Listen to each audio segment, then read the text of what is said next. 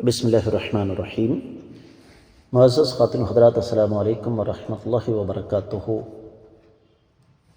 حدیث کے صدق میں آج ہم ایک باب شروع کر رہے ہیں، اور وہ ہے اللہ تعالیٰ کی حدود میں سفارش کرنا۔ اہل علم نے یہ لکھا ہے کہ کوئی شخص قاضی کا قریبی ہو یا دور کا ہو، اونچے خاندان سے ہو یا چھوٹے خاندان سے ہو، جب اس کا معاملہ حد تک پہنچ جائے، کوئی ایسا جرم کرے جس پر حد نافذ ہوتی ہو، اور وہ معاملہ حاکم تک پہنچ جائے، تو حاکم کے لیے سفارش قبول کرنا بھی حرام ہے، اور سفارش کرنے والے کے لیے سفارش کرنا بھی حرام ہے۔ اور اس کے ساتھ ساتھ یہ بات بھی ذہن میں رکھیے کہ حد کا متبادل کوئی جرمانہ نہیں ہے۔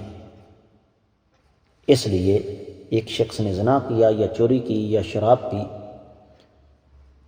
اور حد سے بچنے کے لیے وہ کہتا ہے جی میں جرمانہ دے دیتا ہوں،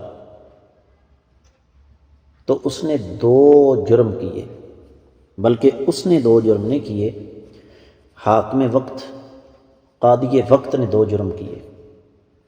پہلا، اللہ تعالیٰ کی حد کو معطل کیا جس کا اسے حق حاصل نہیں تھا، اور دوسرا، جو مال اس نے لیا ہے وہ حرام ہے۔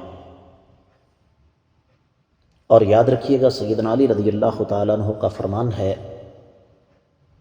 کہ کفر پر قائم معاشرہ بچ جاتا ہے، لیکن ظلم پر قائم معاشرہ کبھی نہیں بچ سکتا۔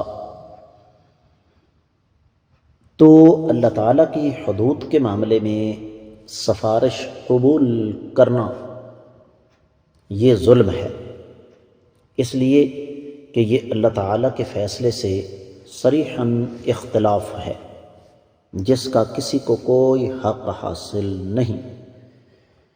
جب رب کائنات نے ایک فیصلہ کر دیا ہے تو پھر اس کے بعد یقیناً اس میں سفارش کی گنجائش نہیں بچتی۔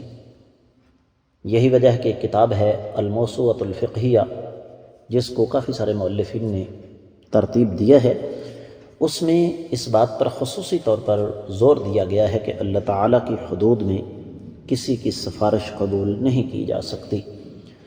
احادیث ہم آنے والے سبق میں پڑھیں گے۔ آج کا سبق یہیں تک محدود، اجازت چاہوں گا۔ السلام علیکم ورحمۃ اللہ۔